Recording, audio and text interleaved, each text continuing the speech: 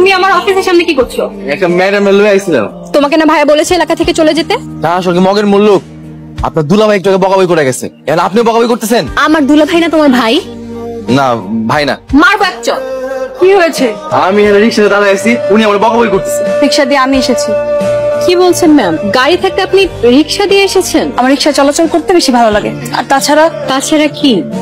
তাছাড়া ও আমার ফ্রেন্ড, আমরা একই ইউনিভার্সিটিতে পড়াশোনা করি। কি বলছেন ম্যাম? এরকম খ্যাত গাইয়া রিক্সা চালক আপনার ফ্রেন্ড? মানুষকে সম্মান করতে শিখুন। যান এখন অফিসে যান। যাচ্ছি ম্যাম। কি ব্যাপার, রফিক সাহেব তোমার সাথে এমন রিয়েক্ট করলো কেন? কারণ উনি আমার বড় ভাই। উনি তোমার বড় ভাই? আমার আপন বড় ভাই।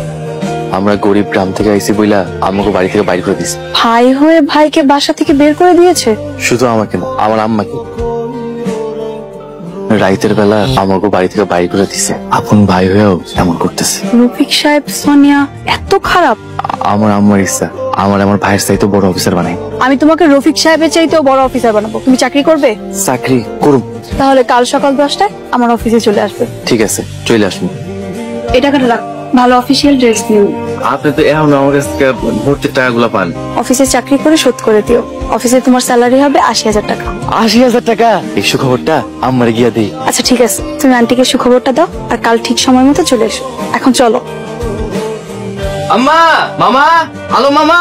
কি হয়েছে রে কাশে? ভাইয়ের অফিসে আমার চাকরি হয়েছে। কার অফিসে? ওই অফিসার অফিসে? ভাইয়ের চাইতেও বড় অফিসার হয়ে মাসে বেতন 80,000 টাকা। আল্লাহ আল্লাহ, তুমি রহমানুর রহিম। আমি সবারে কয়ে বেড়ামো আমার ভাগ্যা মস্ত বড় অফিসার। এতদিনে আমার স্বপ্ন পূরণ হইলো। বাজান, চাকরি কেমনে পাইলি? তোমার এত বড় সুযোগ দিল কেডা? যে ম্যাডাম আমার ভর্তি করেছিল এই ম্যাডামের অফিস, তিনি আমার চাকরি দিচ্ছেন। মায়ের একদিন আমগো বাড়িতে নিয়ে আইস। কিন্তু আপা, এই মায়াটার এই বস্তির মতো আনা ঠিক হইব?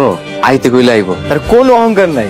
আমার ভাগ্নার অনেক বড় চাকরি হয়েছে, আজকে আমি সবারই মিষ্টি কিনা খাওয়াবো। চল বাজা, কিছু খাবি, মুখটা তো একটু শুকিয়ে গেছে গা।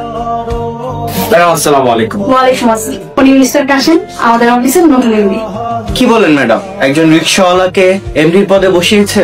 আমি কাকে এমডি চেয়ারে বসাবো না বসাবো তা আপনি বলার কি?